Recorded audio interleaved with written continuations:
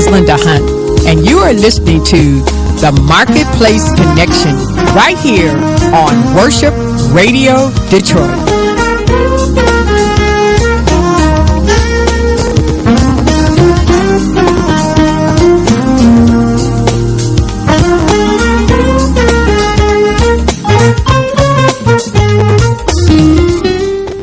Well, good morning and welcome to the Marketplace Connection. And I am so glad to have you be a part of our program today. And we have a wonderful program planned for you today. And we are just so happy to be here.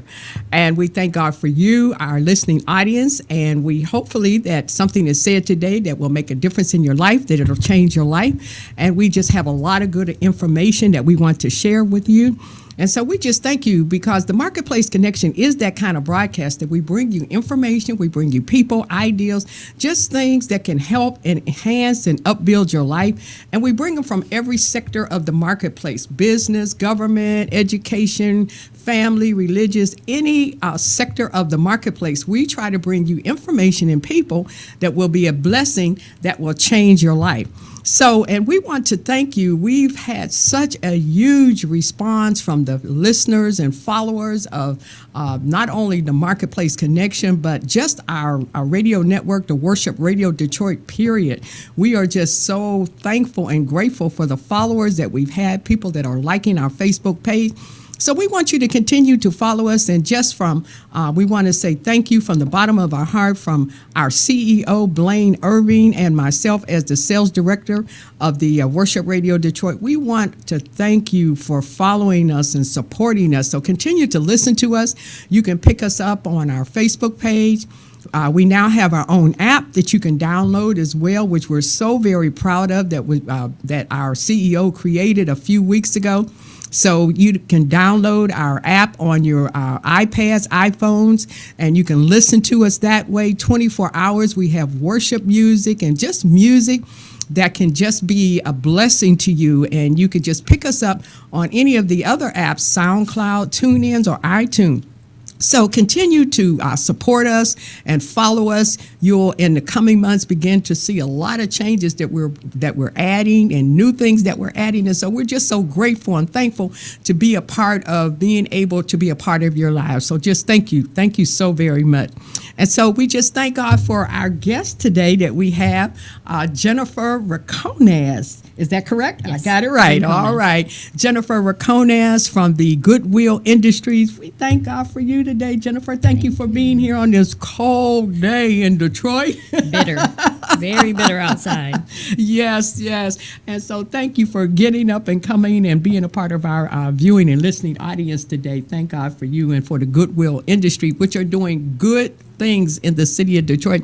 And we have a lot of good information. So we want you to tell a neighbor, tell a friend, anybody that you know that needs to have some of the things that we will be talking about today, which are very, very good for women. She is a part of the Goodwill Industry, but she also is the manager of the Women's Empowerment Services. So we want you to listen in. Tell people about this particular program because there's going to be some good information that I believe that can be a real blessing to your life. So Jennifer, we thank God again for you, and I just want to tell my listening audience a little bit about Jennifer Racones. This beautiful young woman is a part of the Women's Service. She's the Women's Service Manager, Program Manager for the Flip the Script Empowerment Program for the Goodwill Industries of Greater Detroit. And Jennifer is a longtime Detroiter who grew up on the southwest side of Detroit. And during her childhood in the 80s and 90s, she faced a lot of adversities growing up. Gangs, domestic violence, drugs, poverty, and all of those things. But for, that particular period of her life has shaped her to be where she is and who she is today, right? Absolutely. Yes. So we just thank God for you and what you have gone through. You don't look like what you've been through. Well, that's good. That is for sure. You do not look like what you've been through. So if you have anything you want to say to our listening audience before we get started this morning. About just growing up or growing Yeah, up? just just anything you just want to say, about here or about about doing what you do as far as your job. Absolutely. So, like you said, I do work for Goodwill Industries of Greater Detroit. I am the program manager of the Women's Services program. Mm-hmm. So, Goodwill Industries Flip the Script is an umbrella, and we provide a couple of different services. Okay. We have a men's program and we have a women's program, and we also have an educational recovery program. So those individuals who are interested in obtaining their GED, we also provide that service as well.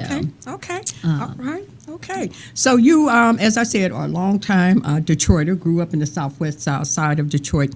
And so tell us a little bit about, some of the things as far as like neighborhood-wise, so people can get a background, because I'm really trying to bridge a gap to where you were and to where you are right now. So tell us a little bit about the neighborhood growing up where you are. And So Southwest Detroit, during that time and still now, has been a predominantly Latino and Black community. Okay. We moved a lot, so we moved from house to house a lot. If we didn't live in our own house, we often stayed with my grandmother, with my maternal grandmother. And our neighborhood was nice. I mean, in comparison to what I see now, when I go visit my mom, abandoned houses now, burned down houses, or just no houses, just a lot of empty lots. There were houses, there were families, there were kids. And one of the things that I, just always remember being able to do is just to go outside and play. Okay, yeah. Go which outside you don't see and a lot of right now. Yeah, which you definitely don't see a Yes. lot of. Being able to go outside and play, being able to have a diverse set of friends is definitely what I saw in my neighborhood. The flip side to that is, there was gang violence, and there still is gang violence. Right. Not to diminish that, but there was a lot of gang violence. There was a lot of drug dealing going on, and I think as kids we didn't really recognize that until you reached a certain age. Yeah. Until you maybe about middle school, and you start to become inquisitive about. What is that, and what is that going on, and what is that writing on the wall? And so it became evident that this is the type of neighborhood that I lived in. And so one of the staples, in the neighborhood in Southwest Detroit was the Boys and Girls Club. Okay. And it was this huge place. They still have Boys and Girl Club? There still are Boys and Girls Clubs in Detroit and in southeastern Michigan. They are still there.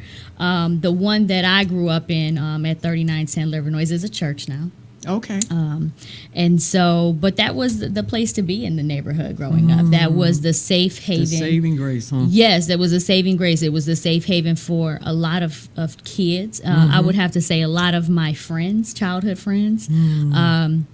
If it wasn't for the club, being able to go there from the time you got out of school till 10 o'clock at night, which the hours have changed now, but and then on Saturday mornings till 5, 6 o'clock, and then in the summertime from 10 o'clock in the morning till 6 o'clock at night, being able to go there every day, so you can kind of escape your reality of your neighborhoods, because at a certain point it wasn't no longer safe to play outside. When I started working at the Boys and Girls Club at the age of 14, I used to ride my bike to work or to the club. And my mom used to tell me, you need to stay on Michigan Avenue, because we lived, off of Michigan Avenue. Don't take the side neighborhoods or the side streets. That's right. I'll know, because that's where the gangs were at. That's where things were at.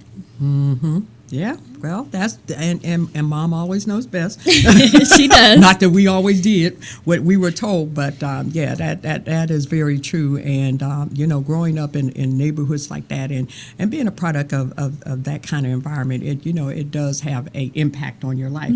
But thank God that for those people that do make it out of the neighborhoods and then turn around and then want to give back to the neighborhood, Absolutely. that really makes a big difference, because the people and the young children that are growing up, they need to see role models. Absolutely. That's important. Yeah, they need to see that, this is where I started, but this is where I am, and the same thing that happened for me can happen for you. Absolutely. Yeah. So would you say that your environment had an impact on your life, and you became a product of that environment, or how did you feel that environment shaped your life? I think that when we hear that phrase product of your environment, Okay. we associate it with negativity. Okay. And so even though I grew up in an environment that wasn't always positive, there were other positive things to Right, it. right. So if I had to say I became a product of my environment, I became a product of the positive things of my environment, Okay. because not everything that comes from Detroit is bad. Absolutely. So I would say I'm a product of my environment. I didn't become a statistic Okay. that society expects you to become. Because when I look around in my space, in the late 80s and the 90s, what did we talk about then? Teenage pregnancy and dropping out of school, and which teenage pregnancy has gone down now, but Right.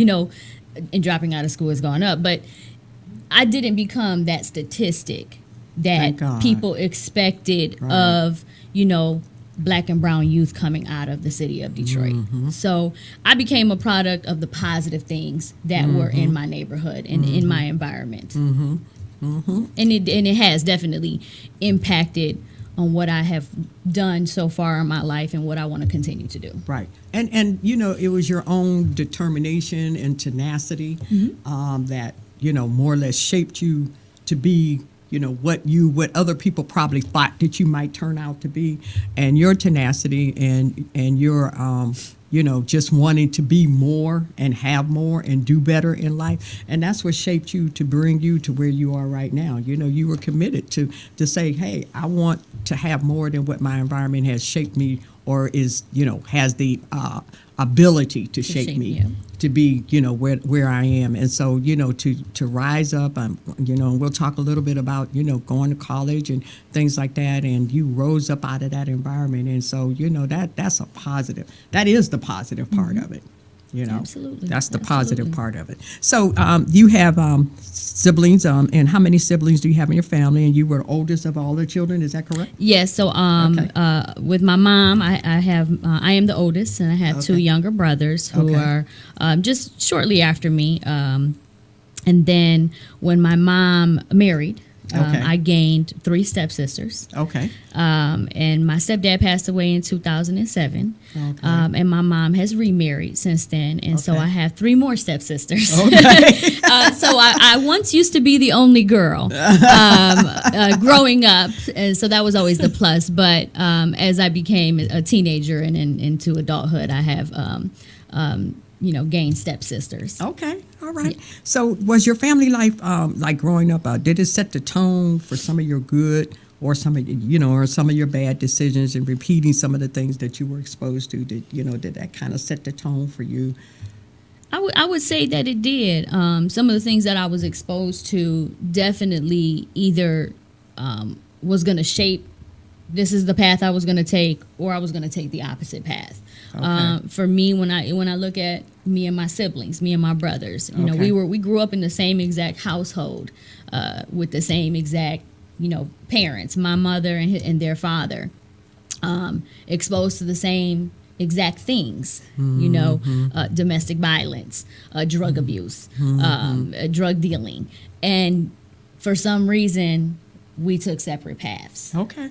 Okay. We took separate paths. So it really is about, I think, resiliency Yeah. and being able to be receptive to external factors. We all went to the same Boys and Girls Club. And so at some point I stayed and they didn't. Okay. And so, that sets the tone. If you choose to continue to fight on. And, one of the things that I used to say then is I didn't want to be like my mom, because at that moment in her life, she was a victim at that point of domestic violence and going through some negative things in her life. And so that set the tone for me. I said, no, I don't want to go through those things. Yeah. I don't want to be a victim. And it did. And so now when I look at my mom, she's definitely a survivor of domestic violence. You know, she's definitely not a victim. Yeah. She's a very strong woman. Yeah. And so, you know, I admire that. Right. And so when I say now, I definitely want to be like my mom. But, you know, then it set the tone for me at a young age. Yeah. You know, I feel like kind of having to grow up a little bit quicker and a little bit faster, being the oldest, and kind of having to shield my brother sometimes from the things that were going on in our house. Set the tone like, no, I don't want to do that. I don't want to do those things. Being exposed to those type of environmental issues and factors set the tone. Mm-hmm. Would you say that gave you just more determination when you decided that you were going to go to college? So, did you at that point, kind of make up your mind that's what you wanted to do? You were going to college? Absolutely. My grandmother, my maternal grandmother, who was, the matriarch of the family, when she passed away, my mother was not in a place, a good place. And so the agreement at that point was I would go live with my godmother, who is my mom's best friend. Okay. And I lived with my godmother for about 4 years. Mm-hmm. And was kind of living in a what people call stable home life. Right. Because even then, things are not always stable and perfect. Right. Right. And so after living with my godmother for 4 years, and that's when she's the one that enrolled me in the Boys and Girls Club. And then moving back with my mother in middle school, it was then that my mother, she was with it wasn't my stepdad then, but, with, my stepdad, and things were a little bit more normal. Okay. And when I got into middle school, I went to a Catholic middle school. So I went to DPS most of my life, and then for middle school I went to Catholic school, and I hated it. It's still in Southwest Detroit, but I didn't like uniforms and all of these restrictions. Yeah, and, right. And so there was only one of every grade, one first grade all the way through 8th grade, and there was 15 people in my 8th grade class, and everybody, for the most part, was going to like Catholic high school. So we had to go take the Catholic high school placement test, and I had to just go take it just to take it. But there was 4 of us that said, we're going to go to Cass. We're going to go to Cass Tech. And so we went and took the test together. And so I ended up at Cass Tech. Okay. But my mom was like, I don't know how you're going to get there because I'm not driving you downtown. But one of the friends of the 4, his mom drove me every day to school. Okay. And so being at Cass, essentially, in that environment, you're going to college. It was like not an option. Everybody in school, in high school, that was the thing to do. Yeah. I feel like, and Cass is a school like that. Yes, absolutely. It is. You pick if you get in Cass, I mean, you were fortunate. Yeah. It was just one of those schools that you had to have a certain grade level and GPA. GPA to get in Cass. And so if you went to Cass, you were pretty much sure that you were on a track to go to college. Absolutely. Yeah. Absolutely. Well, that's great. That's good. So, did you see yourself, as your future or where you are now? I mean, what kind of things, tell our listening audience just some of the things that, just kept you motivated, just kept you moving to reach for that goal. What were you in college? What were some of your classes that you took? I majored in criminal justice. Okay. But when I went to college, so when I was a little girl, I always used to say I wanted to be a lawyer. Okay. And my family and close family friends will tell this story all the time, that they used to call me Mrs. Robinson because I would have the ladies, my mom, my aunt, my grandmother, they would drink coffee, and I would come down and I would have this like navy blue suit, and I would put it on and I would want to drink coffee with them. And so in my mind, as I played with Barbie dolls, I always wanted my Barbie dolls to have like suits and not dresses. And, so I always wanted to be an attorney. But when I started college, I went in with this mindset that I was going to be a teacher. You wanted to be a lawyer, but you yes, went in with a mindset to be a teacher. A teacher. Okay. I wanted to be a teacher. And I think it was because I had really great teachers at Cass. And so after 1 year of school, I was like, I don't want to do this. I think I want to be a police officer. and I told my mom, and she was like, "No, it's dangerous, it's risky." And I had a mentor who was a police officer, a Detroit police officer, and you know, she was encouraging me. She said, "Well, you know, maybe you should just major in criminal justice." And so I did. I changed my major to criminal justice, and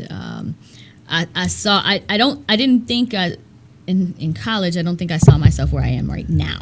Okay.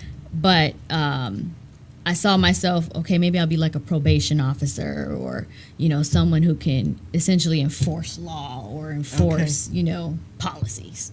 Okay. Was it any particular reason why you felt, you know, enforcing law or lawyer? It was my childhood. It was definitely, you know, my childhood being around, you know, in a household where the police were at your house a lot because domestic violence issues. Okay. In college, actually, in my Policing in America class, we had to do a ride-along.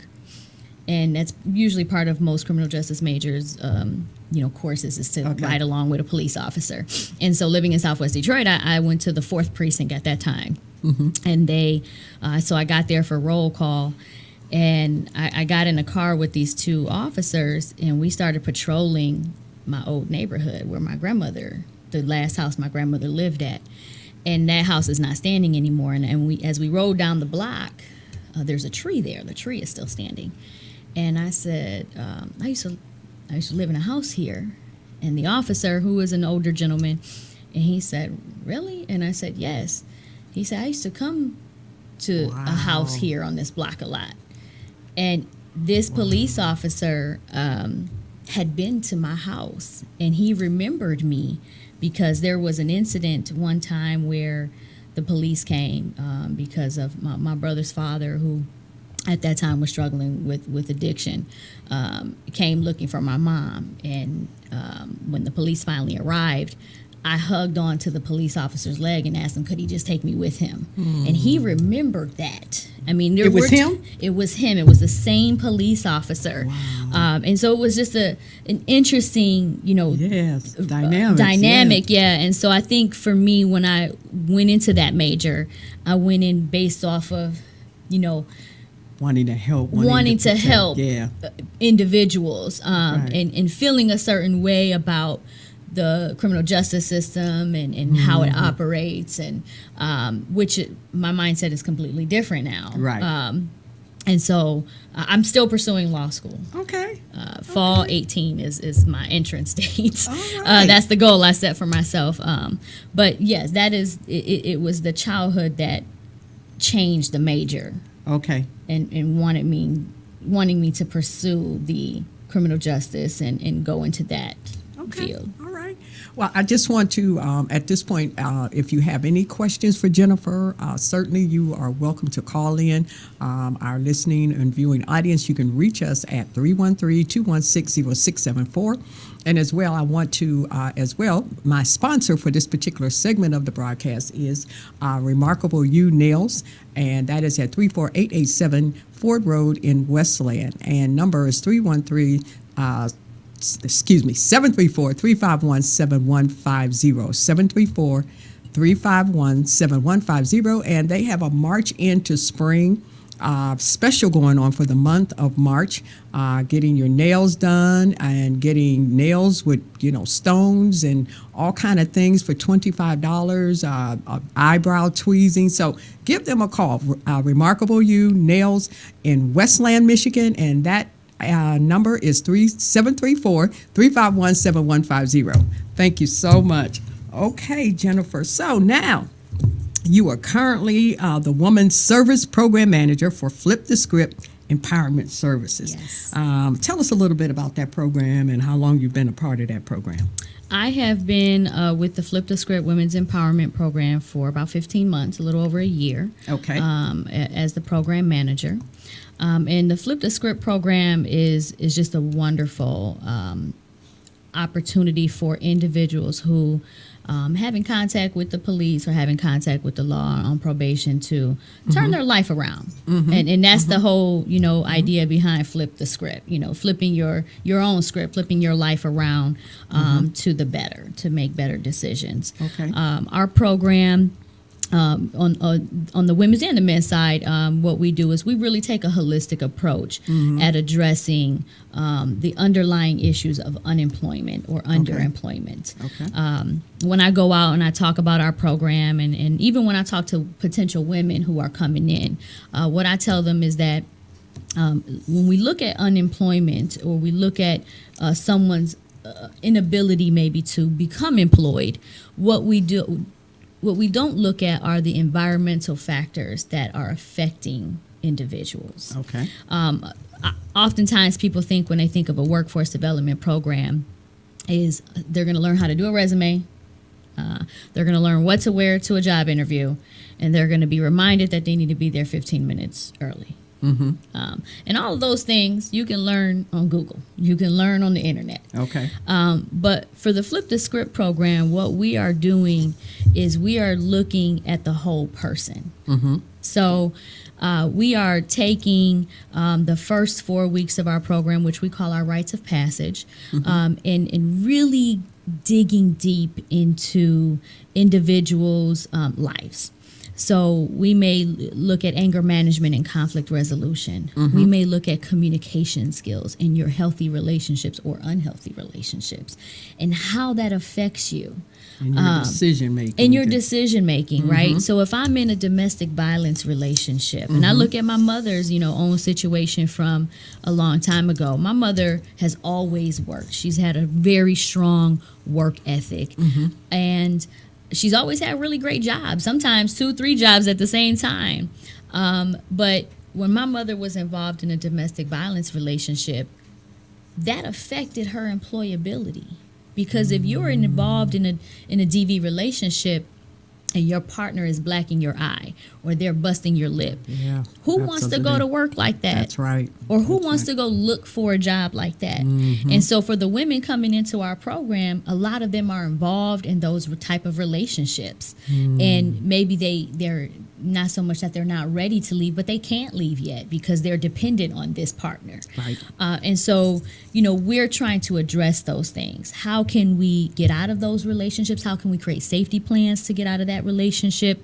Or maybe they don't even know the signs of a domestic violence relationship. Absolutely. And so taking things like that and connecting it to employability is part of our program. Okay. Taking things like communication skills. So if I'm the first person, in line, or I'm in line at the bank and someone cuts in front of me and I'm going off and I'm yelling and making a scene, and I'm always the person to do that, I'm going to carry that over into every other area of my life, right? So if I don't know how to communicate with people, then I'm not going to be able to communicate at work, right? I'm not going to be able to communicate with my boss when he tells me this is what you need to do today. Right. Or I'm not going to be able to take direction if I'm working on a line and someone tells me, well, that's not the right way to do it, Linda. This is how you do it, and you didn't like the way I said it to you. So if my communication skills are not fine-tuned, then that can affect my employability. Right. So that's why we say, we take a holistic approach at looking at underemployment and unemployment with the individuals that we serve, and addressing those issues that are lying beneath the surface that either we don't know affect our employability, or we just don't want to acknowledge affect our employability. Right. Yeah. And a lot of times women that are in those situations, and just like what you're saying, taking a holistic approach, because it's really about building the whole person. Absolutely. And you have to deal with every aspect of why are you in this situation? Is it self-esteem issues? Sometimes even being in that situation a lot of times causes you to be angered. Absolutely. Angered, and you are angry. You're mad at yourself. You're mad at the person, and yet you don't have the strength. I've been in that situation. I've been there before, and you don't always have the strength to get out of it. And you have to make decisions, for you, not only you, but you have children. So, now if I leave, where do I go? Absolutely. How am I going to deal with, getting my children to school? All of those things, So a lot of times, women that are in those kind of situations and they have that kind of conflict going on in their lives, they have so much that they're dealing with. And a lot of times they're just angry. are frustrated. And so coming into a program like Flip the Script gives them an opportunity to talk about some of those, those things, and have someone that can actually walk them through making some decisions on what they need to do with their life and how they can get their life back on track. Absolutely. We have a great instructor, Miss Jackson, who does a module workshop that's called What's Your Story? And we spend the entire day, because class, operates from 9:30 to 2 p.m.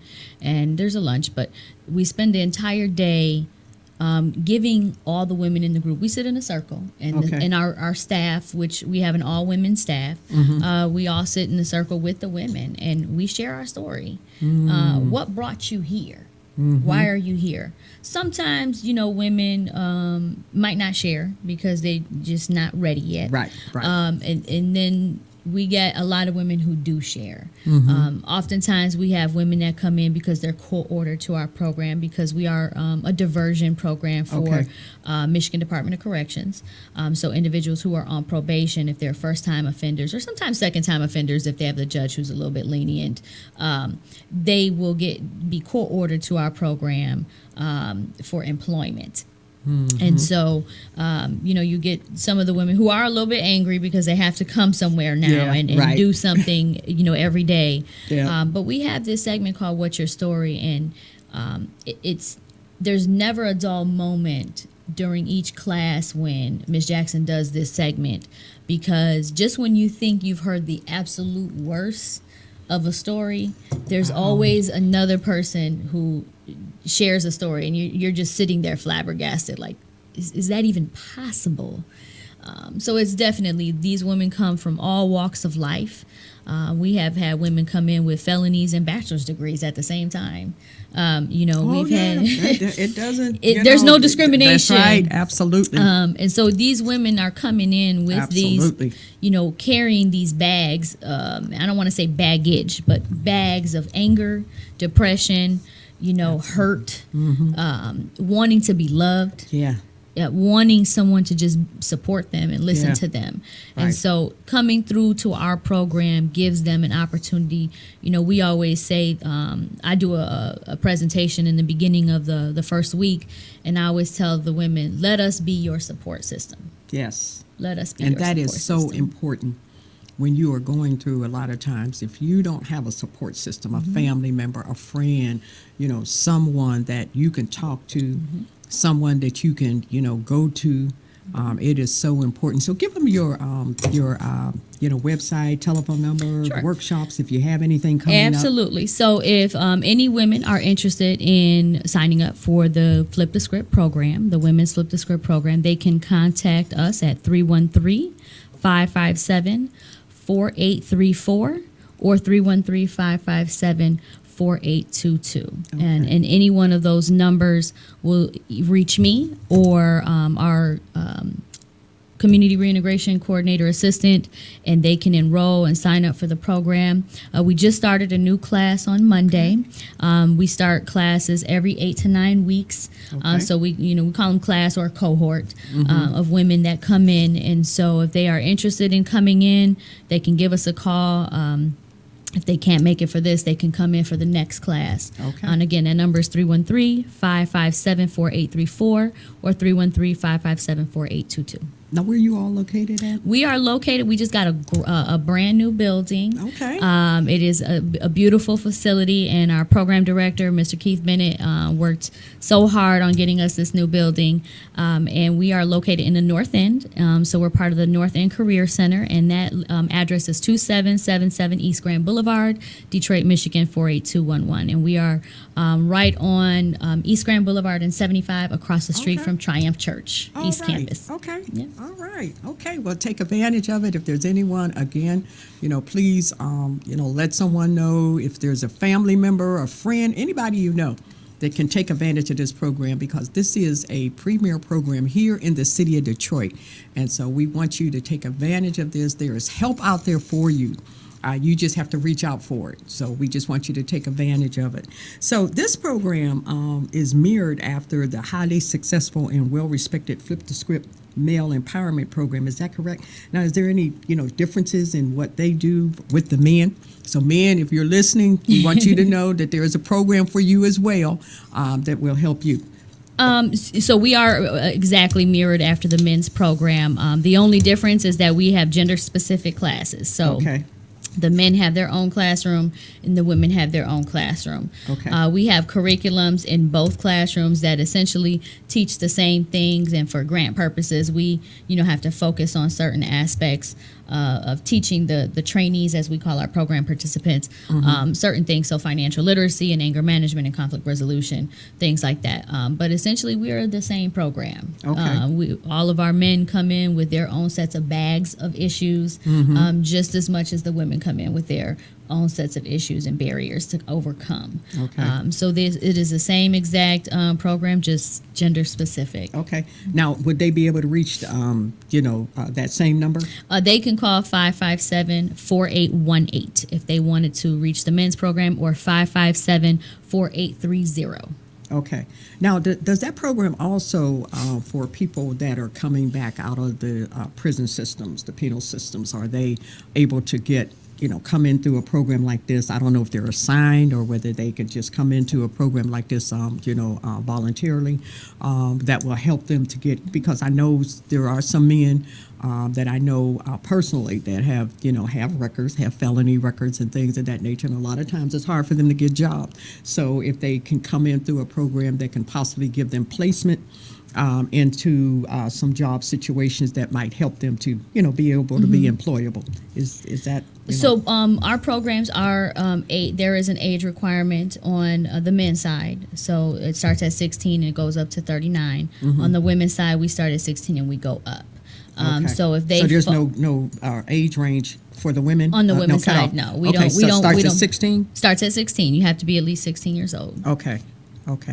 All right. And the men, you said, start at what? 16 as well. Okay. And then, unfortunately, at 16, you can get an adult charge. So, okay. And that's oftentimes, if we do get someone that young, I've been there, and I'm not on the men's side, but Right. we have had a couple 17-year-olds that have come in that were ordered to our program. Okay. Yeah. So is there some kind of, like, if they go through the program, is there some kind of help for them to be able to get jobs? Because that's one of the things that is the goal. That is the goal and hopeful outcome of the right, program. hopefully. Yes. So Goodwill Industries as a whole, our mission statement is we put people with employment challenges to work. And Okay. so that employment challenge, as society sometimes deems, can be a felony. It can be being a veteran. It can be being disabled. Okay. And so Goodwill as a whole, we don't see those as barriers. We see it as maybe just a challenge a little bit, and how can we help provide you with an employment opportunity. And so the goal of the Flip the Script program isn't just to come in and sit in the classroom for 8 weeks. Once you're in the classroom, we do things like a needs assessment. We do a service plan with you. We want to know what your employment goal is. Oftentimes individuals coming, who have kind of been operating in crisis mode. So maybe they haven't been working in a while or haven't been working for a long time.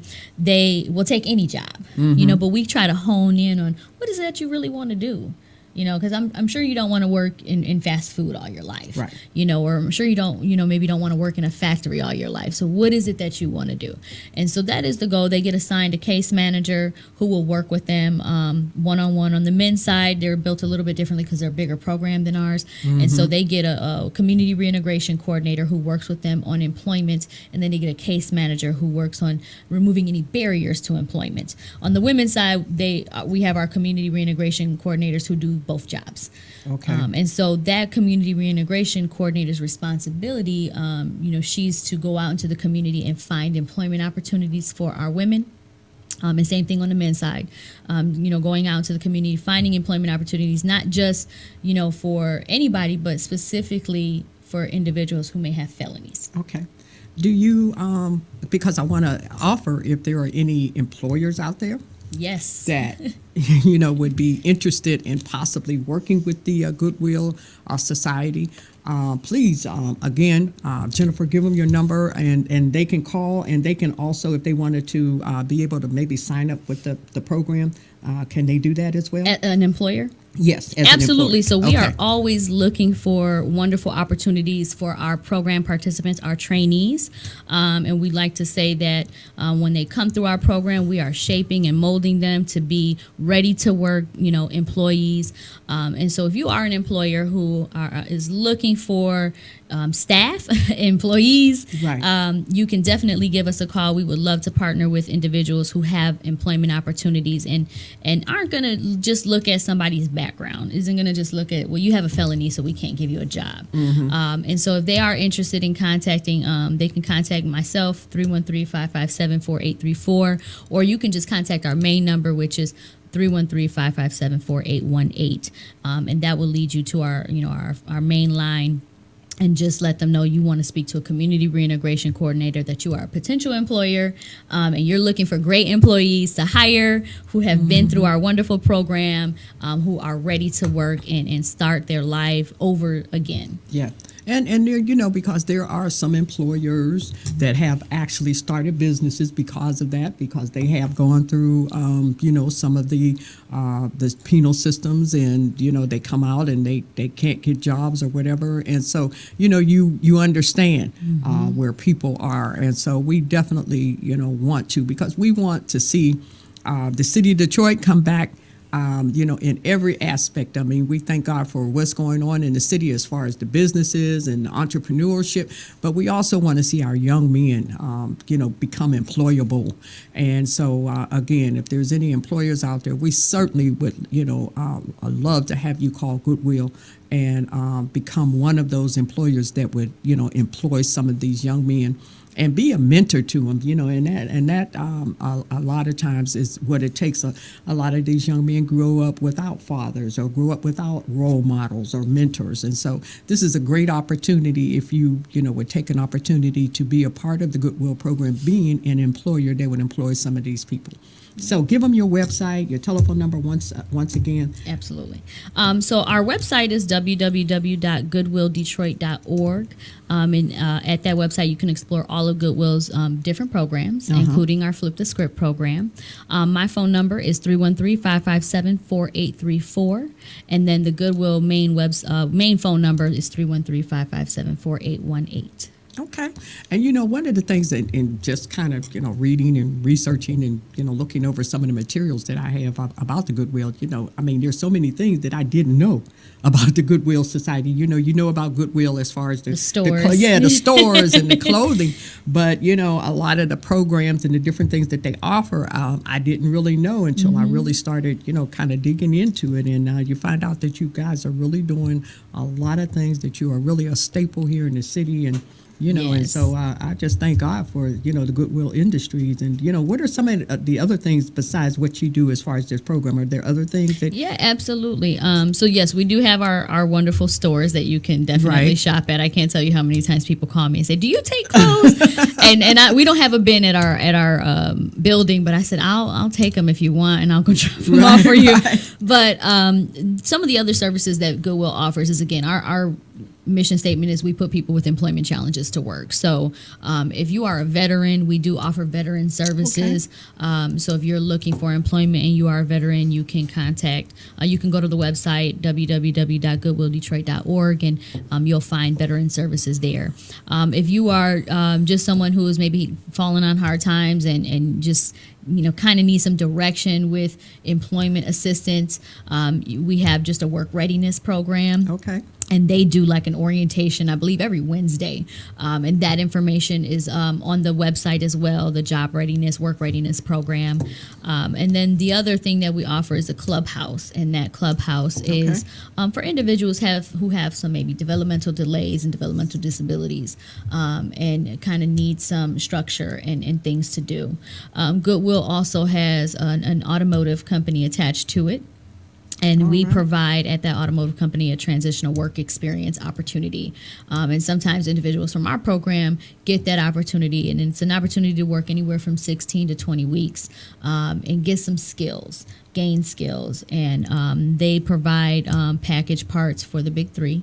And so that's a great opportunity for individuals who maybe have never had any work experience. And so if you're someone who's young and, you get in trouble, make some bad decisions, and you end up on probation, and you've never really had a job before. And so if you're in our program and an opportunity comes up for transitional work experience, we could possibly send you over to that other side of our agency to gain that for temporary work experience. So we have a lot of great services at Goodwill Industries, and we are located right there on Grand River next to the Motor City Casino. And that is That's our where main the main headquarters. That's where the main headquarters is at. Yes. Okay. So main headquarters is on Grand River, next to the Motor City Casino. Correct. Okay. Yep. All right. Okay. Well, there's like I said, a lot of great things that are going on in this particular program, and we certainly thank God for for this program and for Jennifer and the work that she's doing. So we don't have a whole lot of more time left. You have a question? Okay. I do. I had somebody on Facebook post, do they have a charter school there for adults as well? Meaning for you. That was question was directly for you. We do not have a charter school, but what we do have is an educational recovery program at our building on East Grand Boulevard. So if someone is interested in getting their GED, they can come in. You have to be at least 16 years old. It's absolutely free. You have to be a resident of Wayne County. And it's open Monday through Thursday. They can come in from 12 to 3 or 3 to 6.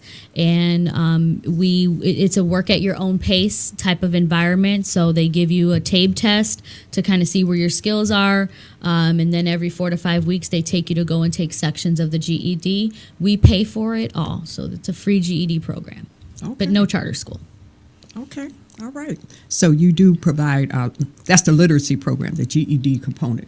Is the GED component, absolutely. And then we call it educational recovery because even if someone has a high school diploma or GED and maybe they want to take an apprentice exam, so if they need some additional tutoring, because oftentimes those apprentice exams, you have to have like a 6th grade or 8th grade math and reading level. So they could also come in and get that type of, assistance.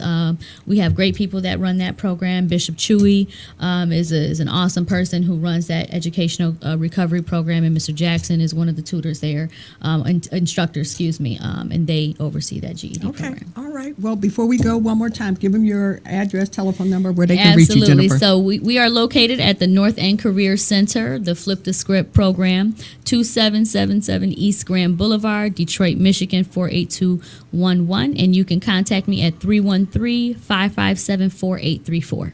Okay.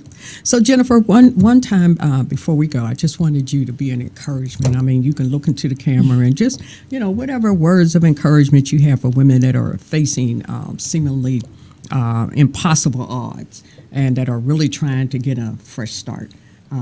Based on, where you are and, and where God has brought you, just give them some word of encouragement. I would have to say that, if you look at your track record of bad days, you've gotten through it. So if you woke up this morning and you had a bad day yesterday, it meant that you got through that bad day. You may not have resolved that problem. You may not have resolved that issue, but you got through the day. And so you were able to wake up this morning and start a new day over again. And it gives you another opportunity to address whatever that issue is. And so that is what we do at the Flip the Script program and our Women's Empowerment program is we try to empower you to, start a new day and make a new decision and make better choices and really change the way that you think so that way you can change the way that you act. Yeah. One of the things that you said right quickly, and I was trying to find it, it's in my notes somewhere here, but you said something about, your own life, and you said, where you are right now and the path that you were on was all of the things that happened for you were meant to happen. because Absolutely. it made you the person that you are, and it put you in the position that you are right now. Would you Definitely. When Yeah. I share my story sometimes, what I say is that I wouldn't have changed anything. The living in a household with domestic violence, living in a household where drugs were brought in, having to move and stay in a women's, or what they used to call battered women's shelters. I wouldn't change any of that. Because if those things didn't happen in my childhood and in my life, I would have never been able to develop the resiliency that I have today, Yes. and work where I am. So what I say is I've been working in the human service field for a long time, and I didn't choose to work in the human service field. The human service field chose me. Yeah. And it's for that reason. So I would absolutely not change my childhood.